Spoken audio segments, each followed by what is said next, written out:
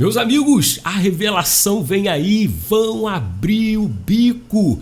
Teve até mensalão no escândalo do INSS, a história só tá começando.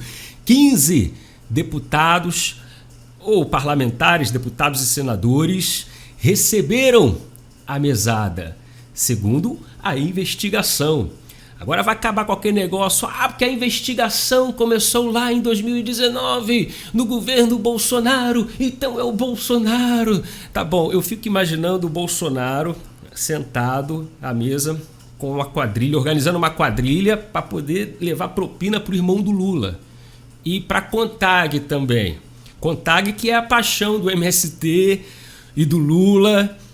Pois é, olha, a investigação apura fraudes a partir de 2019, mas esses descontos já existem desde 2016. Imagine se investigar também.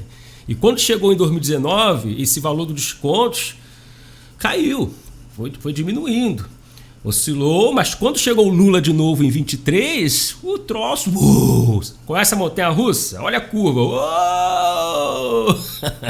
E agora que a polícia pegou, né, segundo é o Lula que está em... O governo Lula diz que é o governo Lula que está investigando, é o Lula que acabou com a fraude. Aí vai despencar e provavelmente só a esquerdalha que deve estar nesse bolo aí. Pode ter alguém ali de um centrão ou alguém até do PL, digamos assim, porque eu também não confio em todo mundo não. Tem muita gente que surfa em ondas, eu sou de direita porque tem mais voto, tá na moda, mas isso é coisa de esquerda, em massa. Vídeo que aumentou aí os números a partir de 2023. Mas vamos lá para você entender o que está acontecendo. Olha só, esquema do INSS tinha mensalão próprio, diz investigação. Segundo informações obtidas pela Band News, cerca de 15 parlamentares do Congresso Nacional estão envolvidos. Então, ainda não temos os nomes, tá? Mas aqui diz que apurações recentes indicam o esquema de pagamento mensal a parlamentares por parte de associações ligadas ao INSS, que envolvia aproximadamente 15 políticos, entre deputados e senadores de diferentes espectros partidários.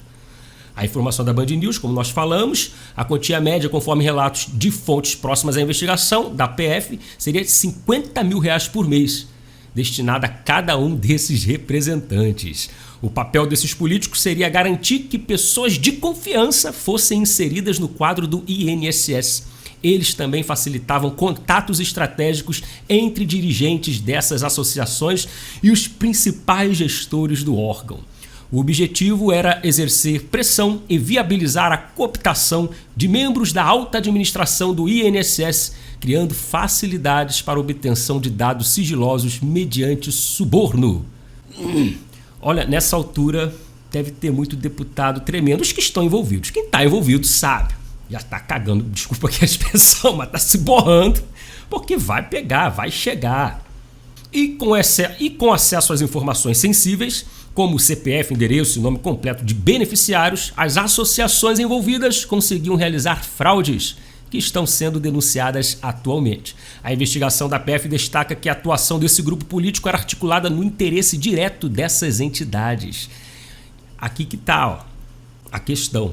Integrantes dessas associações afirmaram que, quando forem chamados a depor na Polícia Federal, pretendem abrir o bico e entregar os nomes dos políticos participantes do esquema.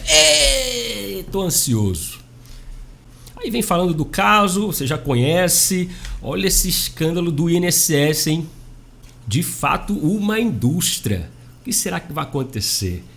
Vamos aguardar. Tá aí a notícia para você e vamos continuar. Tem muita coisa aqui, o Lula falando besteira, o Lula falando que o Eduardo Bolsonaro está praticando ato de terrorismo lá nos Estados Unidos contra o Brasil. Também chegou a notícia, ainda vou apurar melhor, Carla Zambelli, deputada federal, vai pedir o afastamento e ela já saiu do Brasil. Segundo, a Carla Zambelli grava até um vídeo, está na Europa, ela tem cidadania lá na Europa, não sei qual país, alega perseguição. Pelo que eu sei, tem a questão aí do porte de arma, tem a questão do trato com o hacker, que até então tudo se viu por meio da delação daquele hacker. Então, ela está aí alegando essa perseguição política em cima dela. E maiores informações, claro, a gente volta a comentar sobre. Mas vamos lá. Antes de falar do Lula, só quero pedir aqui a ajuda de vocês, porque sábado agora vai sair o 6º ou 7º dia, o 7º vídeo, nem lembro. Acho que é o 6º vídeo da série Viagem no Tempo. E vamos falar dos fatos de 1981 até 1988. Isso aqui foi o último vídeo, que eu ainda não fiz a capa do novo. E conta os fatos de 1971 até 1980. Política, esporte, cinema. Você que assistiu já sabe. Então eu só peço que você fique alerta, você que gosta de histórias, documentário. Se você puder me ajudar nessa empreitada, com qualquer valor, tenho minhas dificuldades financeiras aqui. Você pode fazer uma contribuição via Pix para a chave que é o meu e-mail, brunojonsen@bol.com.br. Qualquer valor ajuda, tá bom? Pode ser R$1, R$2, R$5. E depois que eu me livrar dessa empreitada, porque eu fico aqui virando madrugadas por vezes, estendendo o dia, editando, pesquisando, estudando, digitando, aí eu vou voltar a gravar com mais frequência, vídeos assim, como esse que você está assistindo, para a gente falar sobre os assuntos atuais, comentar, informar, tá certo? Então dê essa moral pro meu canal, se for possível, qualquer valor, repito, ajuda.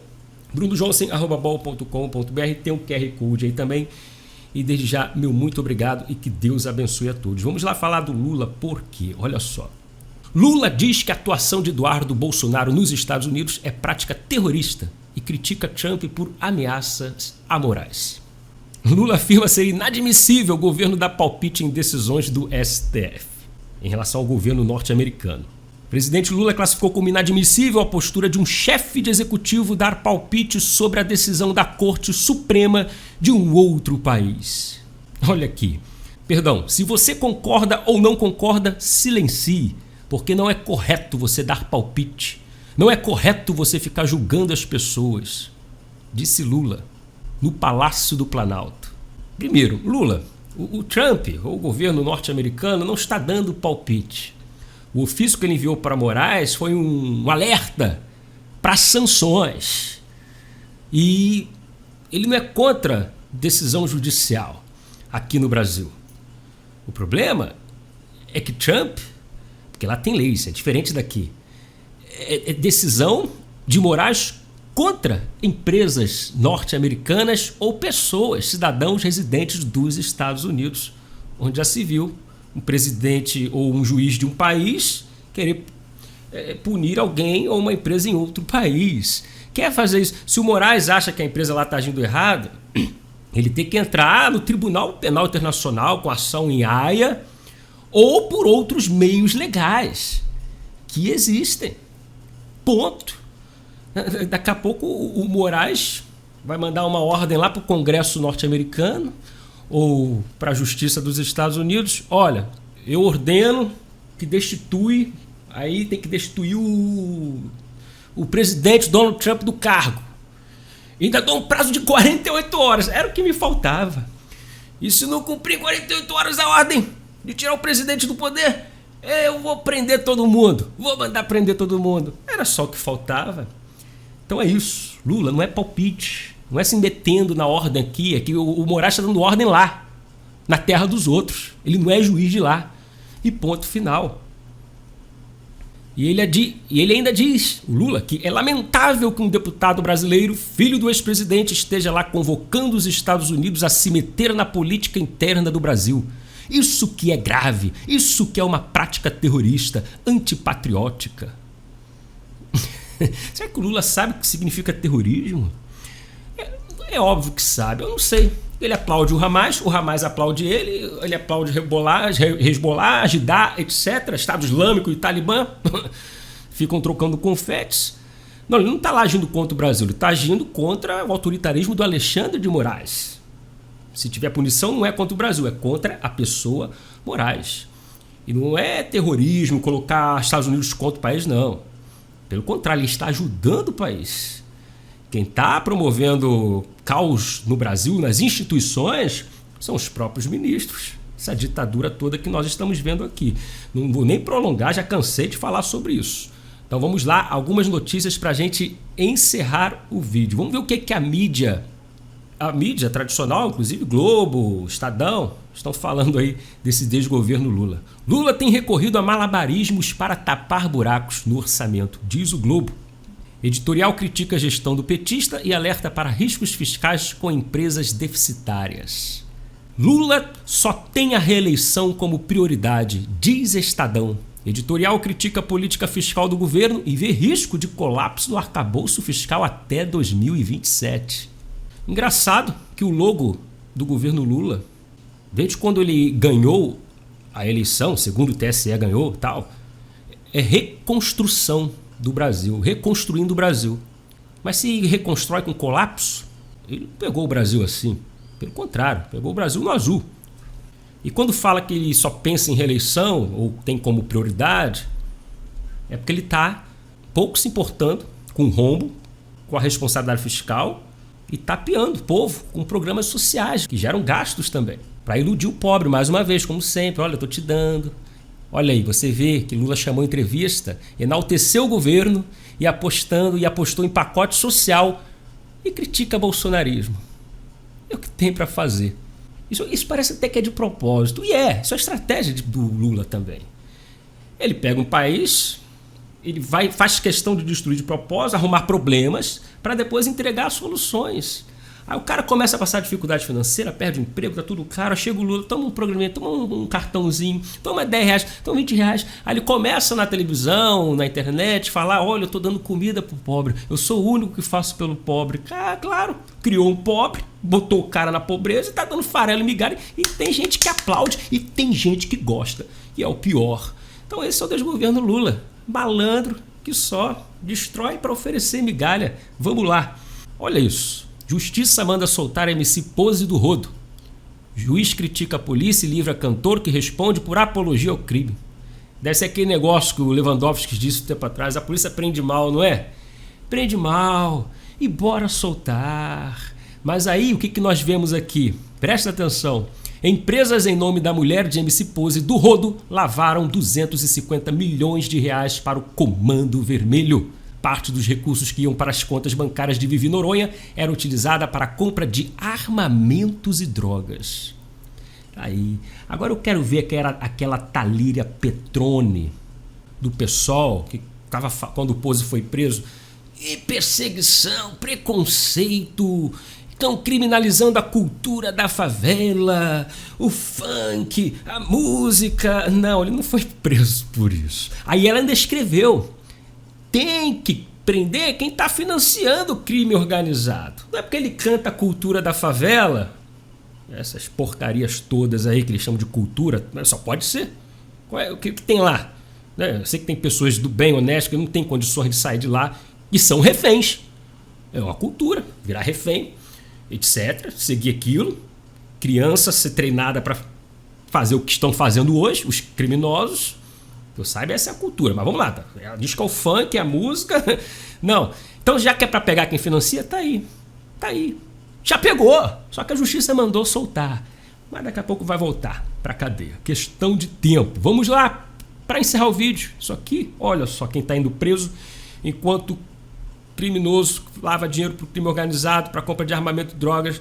O comediante Léo Lins é condenado a 8 anos de prisão. Além da pena em regime fechado, o artista terá que pagar uma multa de 1,6 milhões de reais e indenização de 303 mil reais por danos morais coletivos. Aqueles vídeos que ele fazia no YouTube, piadas que foram consideradas racistas, preconceituosas, etc. Não quero entrar muito no mérito, mas a juíza entendeu que isso aí foi um racismo recreativo. Vamos ver. Cabe recurso. Mas eu lembro dos tempos antigamente. Hoje o mundo está muito fresco. Tinha piada de loira, tinha piada de gordo, piada de português, tinha de preto também, piada de anão, de tudo. Mas hoje não pode ter nada, não pode ter piada de ninguém. E eles vão regular, hein? As redes sociais. Amanhã começa o julgamento, volta o julgamento lá no STF para poder censurar. As áreas mais prejudicadas serão. Trouxe aqui ontem o próprio presidente do Google falando. A área jornalística, a área eleitoral, óbvio, política e a área humorística. O humor também está na mira dessa censura, porque tudo hoje é preconceito. Ai, não faz piada comigo, ele, ai, ui, ah. Bom, essa é a nossa geração. Vamos lá, se você gostou, deixa o like, reforça a ideia, se puder me ajudar, brunojonsen@bol.com.br é a chave do Pix, qualquer valor será bem-vindo e que Deus abençoe a todos. Até o próximo vídeo. Sábado tem o 6º vídeo da série Viagem no Tempo. Valeu!